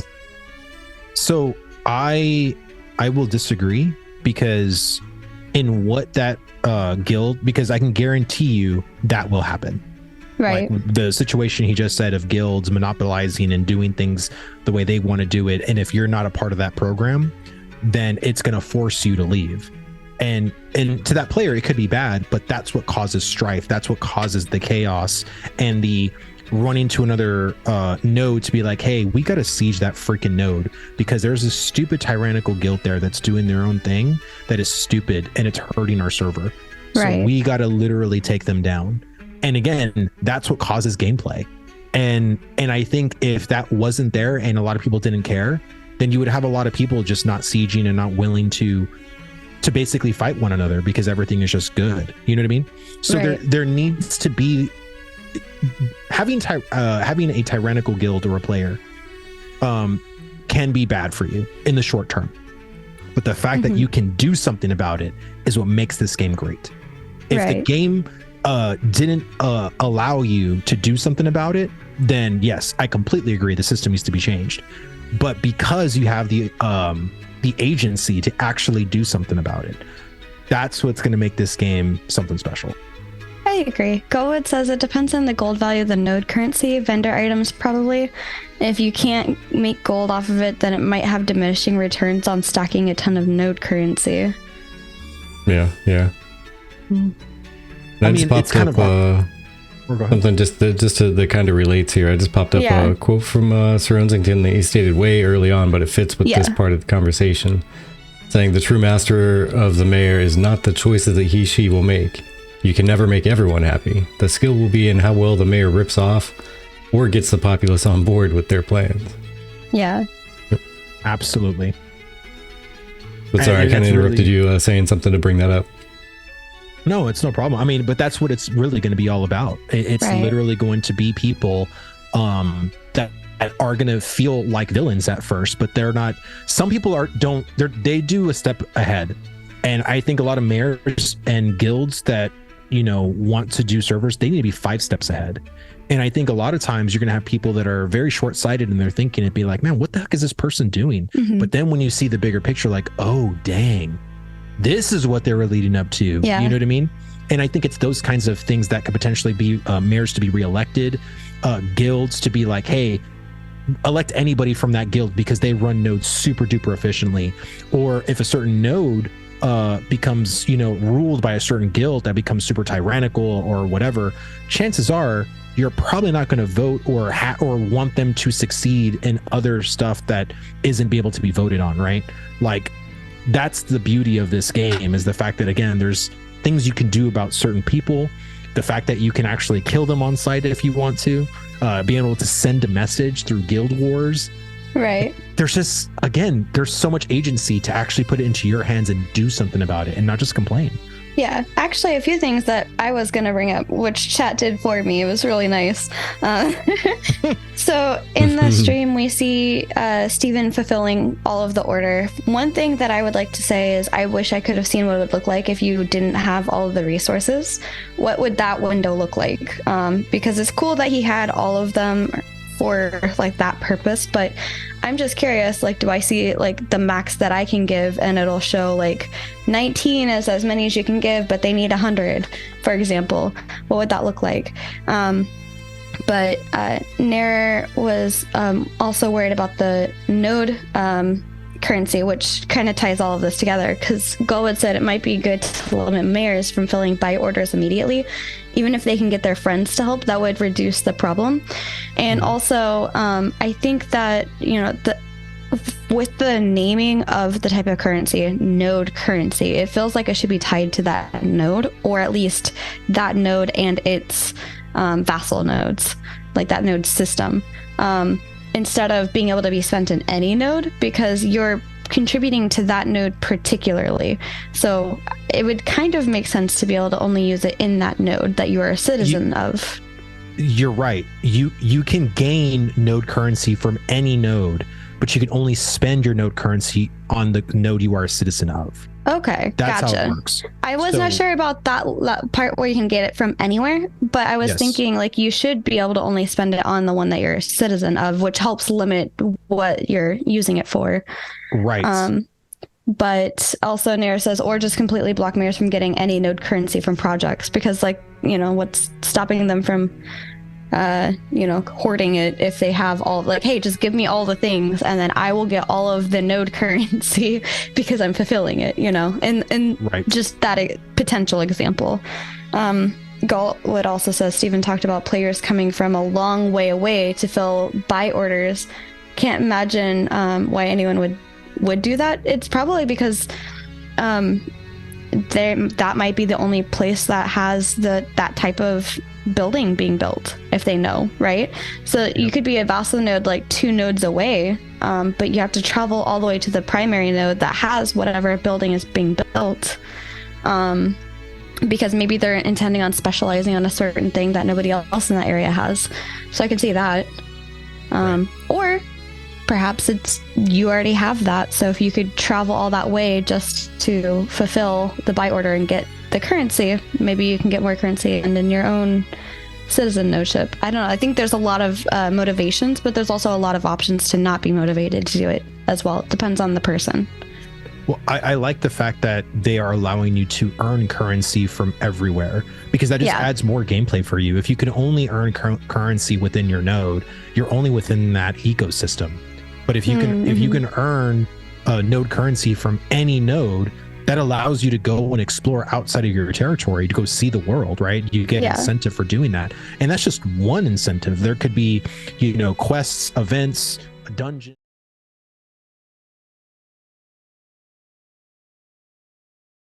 There's so many different reasons why you'd want to just go out and explore or kind of go outside of your territory. But I think that's going to be one of them, because if you could only obtain a certain amount of gold within your doing your own node stuff, and you need more node currency, that's going to force you out to be like, well, if I want to spend my day just earning node currency, then I'm going to do a world tour of going to every node and doing the quests or doing the events or doing the things to earn as much node currency as I possibly can, so I can go back to my node and spend it so we can get this building built. That's what's going to happen. Yeah, I like that too. I think one of the biggest things that I appreciate about that you can spend it at other nodes is the fact that you could spend any amount of time. I mean, as a casual, you could literally spend like a couple months on your node trying to build up enough currency to buy a certain something or a pile of certain somethings, and your node gets sieged and it's destroyed. And now you have a pile of nothing that you can just toss in the fire. It'll keep you warm at night while you're sleeping behind the inn, because even the inn's full. Steven did say that if you get your node sieged, and let's say you have like 10,000 node currency or whatever, 10,000 gold node currency, it doesn't go away. Like, it stays even after your node is sieged. So that's a really, really good thing, because whenever the node gets rebuilt, you have that kind of stockpile to try to rebuild as quick as you can. Or if you go, because you're going to be a refugee now at this point, you can instantly become a citizen somewhere else. So if there's a certain node building, they're like, oh man, like we can build this really quick because we just got a whole bunch of refugees in that have a bunch of node currency. So we can build this building like today, you know, and it'll be done in 3 days. You know, that's really good. It's all those things too, because again, you're going to want refugees. You're going to want people coming to your node and spending their currency in your node. You know what I mean? The other thing to consider is like going further to other nodes is like not every node that you're a citizenship of is always going to be building something. Right. If you haven't reached that yet, but a neighboring node maybe has, you might want to go there and contribute, like travel to whatever one is being built up, contribute there, bring that back to help with your own personal node, your citizenship node. And I could see the drive for that as well, to help with building up vassal nodes a little faster, potentially. Because let's say like the primary one is military, but you don't really care about being a citizen of a military node. You'd rather go be a citizen of whatever other node, scientific maybe. And so because the primary one is the military one, you go over there, you complete quests, and then you go back to your scientific one. And you help build that up faster as well. Right. I mean, and the other thing too that, you know, people don't consider is that sometimes getting into castle or your node siege can be a fresh start. You could have a certain alliance with a guild that's just not, you feel like the relationship is stagnant, or you're not benefiting from their allegiance. And you've been talking to this other guild that's on the other continent, and you're like, well, our node just got destroyed. You would probably want to move all your guild to that other continent and go align with them, and then be a citizen where they are. You know what I mean? And again, like there's going to be so many different reasons why you'd want to travel, why you want to go to different nodes, why you would like to go from top of the continent to the bottom of the continent. Guild structure can change. Guild purpose could change. There's so many different reasons as to why like you'd want to do a certain thing or change a certain thing based off of node type, based off of economy, based off of just relationships in general. It's so expansive and it's so extensive that's what I think the real breadth of this game truly lies in, is the fact that it's all based on you. And because Intrepid has put so many different systems to where you are in control of it, makes us feel like we're finally in the driver's seat, right? Like I feel like in every MMO we're on this train that we're not conducting. You know what I mean? Like we're just passengers. And I feel for the first time like I have my hands on the steering wheel, you know what I mean? And I think that's everybody does. Yeah, everybody does. Good. Yeah. And it feels great. Firebrand says, once you've established metro nodes, I wonder how often we'll see siege of a node that is less than Metropolis. Seems like the smaller vassals won't have as much of a target on their head as a metro will. Yeah, and I see that. But also, I want to say, imagine this. Imagine you are part of a node system, and the mayor is doing things that you aren't quite pleased with. And a number of you, as citizens, are rather displeased in your mayor. And you end up binding together to go against your mayor, to overthrow your mayor, almost in a node siege attack kind of manner. that's where things like this can really come into play, where if somebody is very much doing things that a citizenship or a node citizenship rather is not happy with, then unless there's other ways to overthrow a mayor in terms of their mayor time frame, I don't know what that is, but I could definitely see sieges happening on nodes where hey, we had this allyship with this one person, this other person became a node mayor over here, we don't like the direction that they're going with it, their citizens don't like the direction they're going with it, we're going to go attack our own vassal node, or our neighboring vassal node, because we're going to overthrow whoever the mayor is there and elect a different one.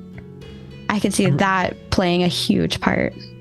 Well, even the happiness system, that was a system they discussed last year in August, that we learned of the first time. I really want to know like how that system even works, because I feel like if that is a precursor to the mayor, like whether you're unhappy with the mayor's decisions, like you can just basically do a survey, right? Do you like your mayor? And just say no because they're not in my guild. They're actually doing a great job for the node, but screw them. I want my guild to be running this node, not him. Right. So you can just literally be saying, I'm unhappy, even though the mayor's actually doing a good job for the node. And I think that's also why citizenship is probably going to be capped at nodes. And that's also why big guilds are going to want to rush nodes so they can be the majority in a certain node type, especially for economic, because that's where you get a vote in mayors. But also, if the happiness system has any kind of rerun election, right? And you're a part of the military node. And if you have like 3 or 4 negative, like overwhelmingly negative days, then that causes a re-election for the mayor. So and that mayor can become reelected again just because they could be really good at PvP or whatever the case is. But you can have this constant battle with a certain guild that's just trying to take over that node, and you're like, nope, not going to do it. You know what I mean? And it's this repeat thing. You know what I mean? So yes, there's going to be a lot. And I think that this is going to be too, but I really wish they kind of went into the happiness system, because I really want to know what that system does, what it entails, like what can it do to the mayor, because we know how in-depth the mayor system is, like, but how much power do we have as citizens? You know what I mean? Right. Vertec, you haven't chatted in a little bit. Thoughts? Yeah. On which part exactly? Just thoughts in general. Just thoughts in general. Yep. Anything that you feel like you want to say that you haven't said yet? I like a lot of the direction everything's going. I do. There's really only a couple like negative things I can say about any of that stuff, and I think we said enough of that. But like everything that they're revealing is definitely bringing about just all of the crazy scientific. Hold on. Vladus, is he being robot for you too? Oh yes, he is. Okay. Oh. Vertec, your voice is very robot cut out. Oof. I just want to make sure it's not just me, because earlier it seemed like it was just me. No, I heard it that time. Yeah. We're not saying Metro who wants to get your Metro out of the way, right? All right. Oh, he's back. He's good. Okay, cool. Go ahead. Yeah, it was saying my internet connection is not good right now. It might have to do with the power outage from earlier. I mean, it just bothered some stuff in the area. Possibly, yeah. But yeah, I really do like everything that they've put out there. Oh no. Oh no, what? You started doing it again, but they said that, they said that you're good on stream though, so I'll catch up with whatever you're saying later. Okay. Yeah, it's forget where I was now. Sorry, I didn't mean to distract you. I like everything that's come out so far. There's just a few things like the housing stuff that just kind of feels bummer, but everything else, it's just really showing how deep they've gone and how crazy their like whiteboards inside the office have to be, just with all the different connections and things that are going to influence this and that and the other, and how many layers of pretty much anything have they not really talked about? Because, I mean, Vladus, you said it a couple times. This was basically a mayoral system reveal as a component of nodes and what they've done with nodes. Right. So this is only like the one component of it. I definitely like the fact that we can do stuff to prevent the mayor from doing things, or at least slow them down. Because again, with the housing stuff, whatever node I'm in, just know I'm only gonna vote yes on stuff if you're upbuilding the apartments every time you can. We need houses for our people. Right. We traveled from another planet/plane of existence. Who knows where Sanctus is? We traveled from there to this planet. Why do we need to make people live in inns? I mean, and again, this is just, it took 2 hours to explain a niche system, a part of a major system. Yeah. And this is just how big the node system truly is. Right. I think, again, like once we go into Alpha 2, which I think people have been speculating when Alpha 2 is. I was in the camp of March, but I'm going to rescind that. I think March is not realistic. As much as that bums me out to say that, I think we're leaning more into a summer Alpha 2. So summer of 2024 is probably more realistic of when we're going to get into the Alpha 2. He totally teased that part though too. He was like, for the time until Alpha 2. Yeah, basically. Because he did say that they were going to do spot testing at the end of the year. So that end of the year means to me like late December, early January. Yeah, and especially because I do take that time off during the holidays usually. Right. And I think if, let's say January, I think 3 months is PI testing, right? And then it'll open up to Alpha 1 members probably in March. And then hopefully we can get into the Alpha 2 sometime in the summer. Yeah. I've always suspected 6 months of spot testing. So, and again, that number just comes from me. Like it could be 3 months. It could be a month. I have no idea. Right. But I've always kind of suspected, 3 months. So for the PI people, and then maybe 3 months for Alpha 1 people.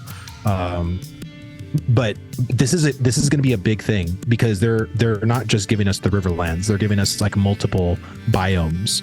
Right. I think he mentioned like what was it? The tropics, the Riverlands, the San Squal Desert, the Badlands. I am very excited for seeing more of the tropics and the desert. I am there for those because I'm just like, ooh. It's a very big portion of the eastern continent that he's going to be opening up. So, and again, that's nodes all operational, hopefully, fingers crossed. And that's hopefully at least 6 of the 8 classes operational as well.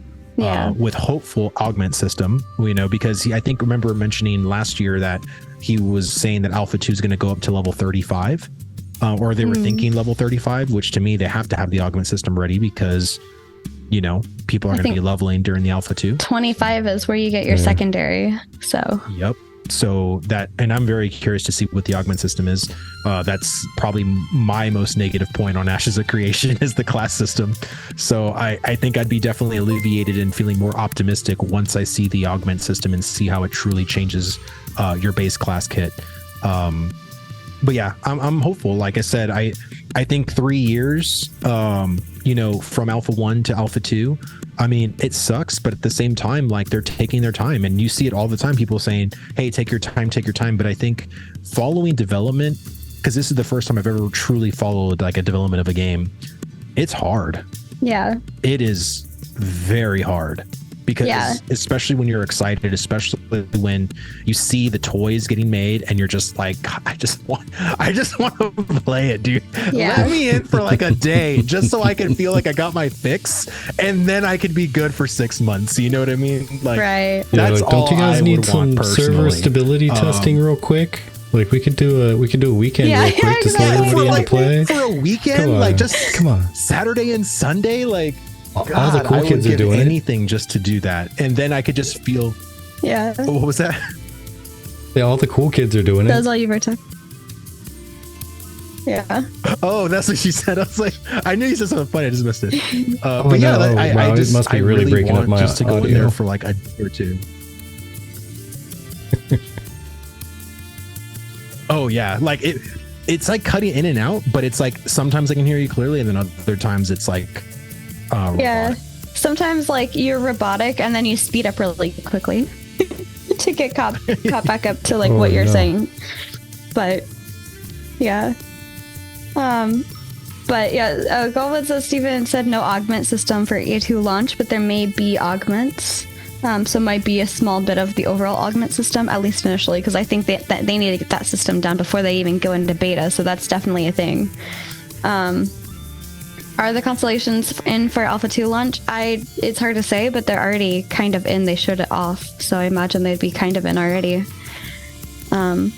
But I was gonna say also, especially because you're another long-standing content creator, I'm pretty sure you applied to be a content creator officially with Ashes.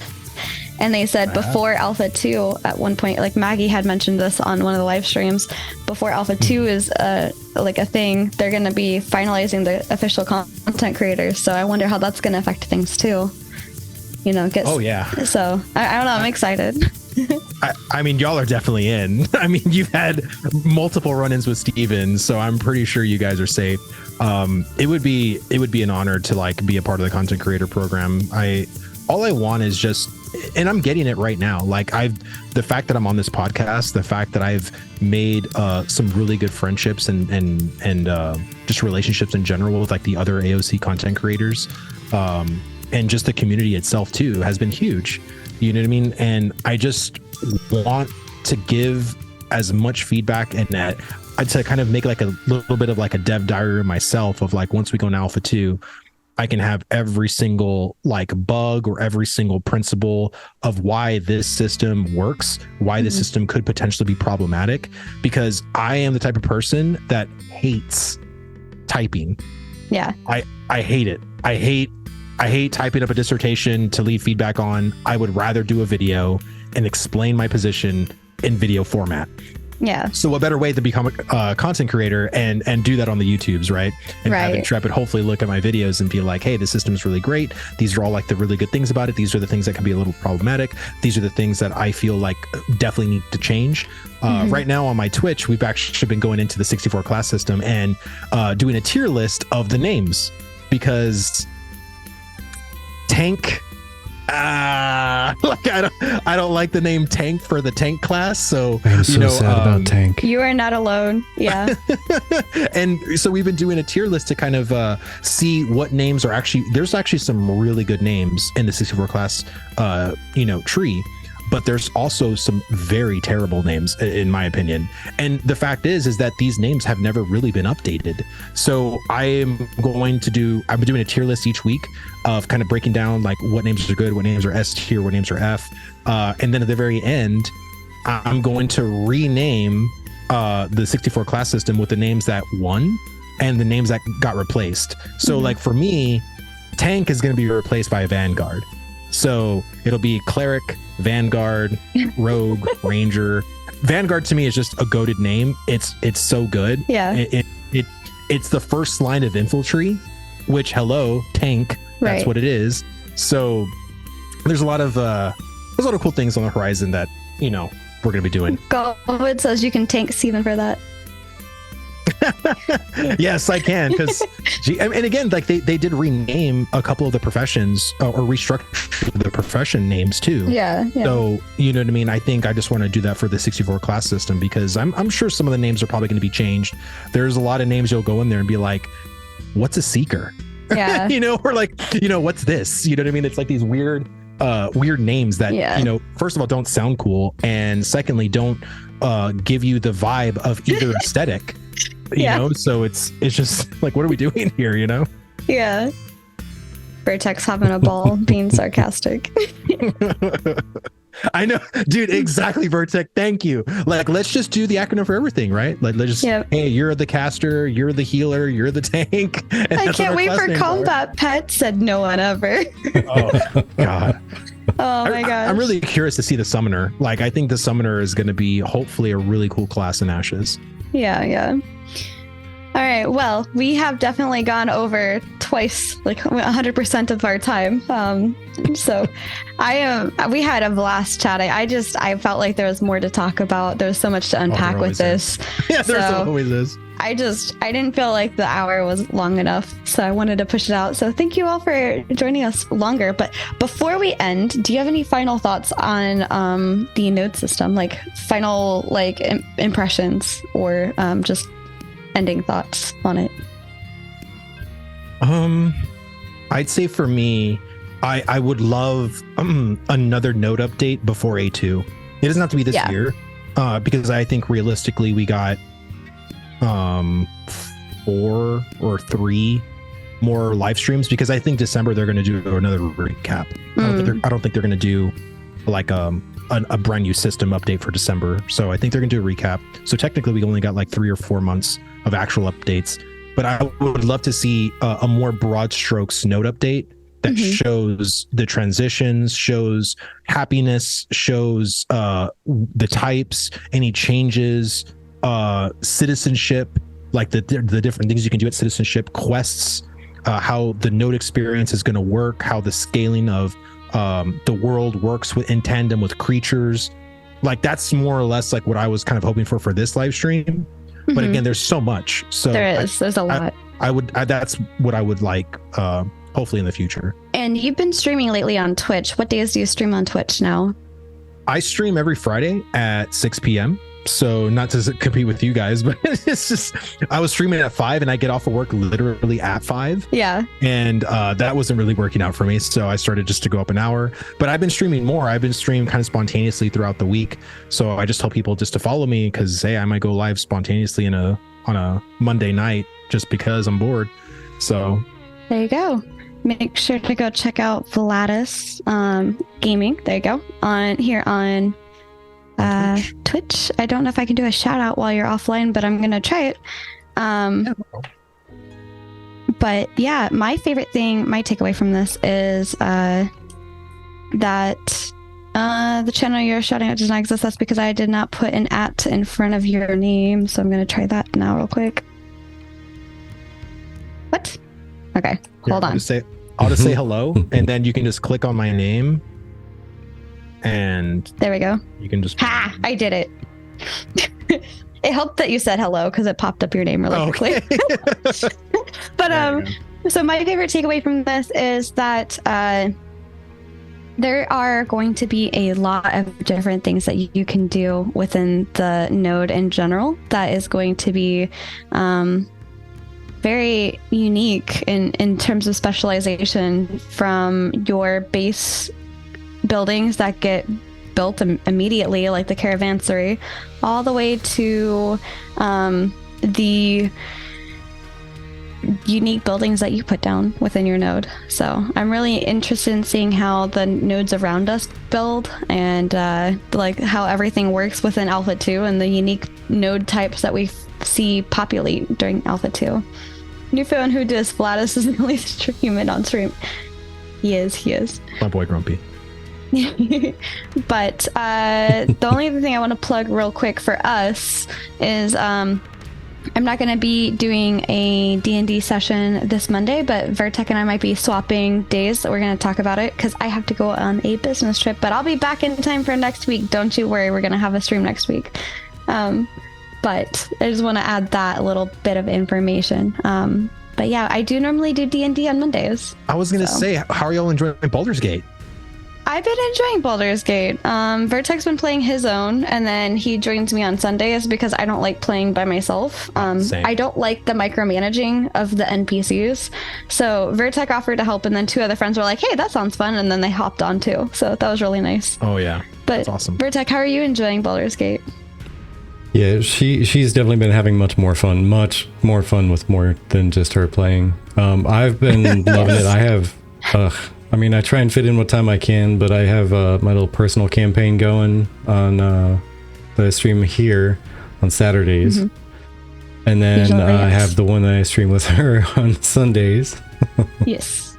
And then every once in a while I fit in a little bit of time with another couple old friends of mine on like random Tuesday, Wednesday, Thursdays, whenever the 3 of us can fit our adult lives into the same space and time of availability. Yeah. But That's yeah, good, we've man. been loving it. We've been loving it. Thank you again. Yeah, thank you by the very, way. very much. Much appreciated. Yeah. So Alexia says Baldur's Gate is the best game ever, and I had to try it out because of you all. Now I'm addicted. It's a great game. Yeah. It is addicting, and there's so many different things you can do, and so many different playthroughs. And Absolutely. I missed out on some opportunities. I'm a completionist, and I'm sad that I couldn't do some things because just certain things invalidate others, and some things will time out, and if you don't get to them right away, they're just gone. Mm-hmm. Oh yeah. But, That's great, man. I'm glad you had a good time doing that. Yeah, no, thank you very much. It's been fun. So like my character is actually my original D&D character. So I put her in the game, and I put Vertek in his VTuber form as my person. I haven't gotten too far, so no spoilers. Hi, Psychophobic. We are just ending, but we're happy to see you here.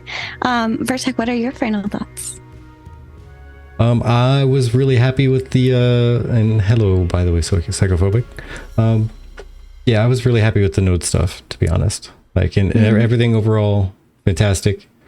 Again, I had one gripe. I won't repeat it for the 5th time. But everything, it's such a sign of how deep this system's really going to go. Like, just nodes in general. If like one component of it can take up all the time, and they honestly didn't even go into super depth on everything either. So yeah, there's that too. So much stuff to come. So much stuff shown. Here's hoping they got enough stuff put together already that we can have that summer/fall Alpha 2. Mm-hmm. Looking forward to it. I'm all ready for it. I'm all ready.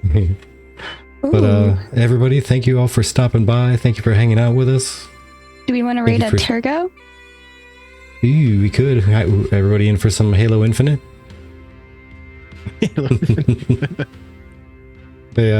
So yeah, thank you all for stopping by. Thanks for chatting with us. Thanks for interacting and all the super awesome mentions and questions you had. I still have a backlog here that we didn't even get to touching, so you know, I love it when that happens, to be honest. Next time. Yeah, I love when that happens, to be honest, because it just shows that you guys are enjoying your time and like talking. So it's the greatest support you can give us, and we treasure all of it. Yeah, absolutely. Right. And we hope you have a great week. If you don't join us this weekend for any of our streams that we'll have, we hope to see you next week for our next session with Anduin. So Yeah. Well, until we see you next time, have yourselves a great weekend and a great week. Bye. Let everyone.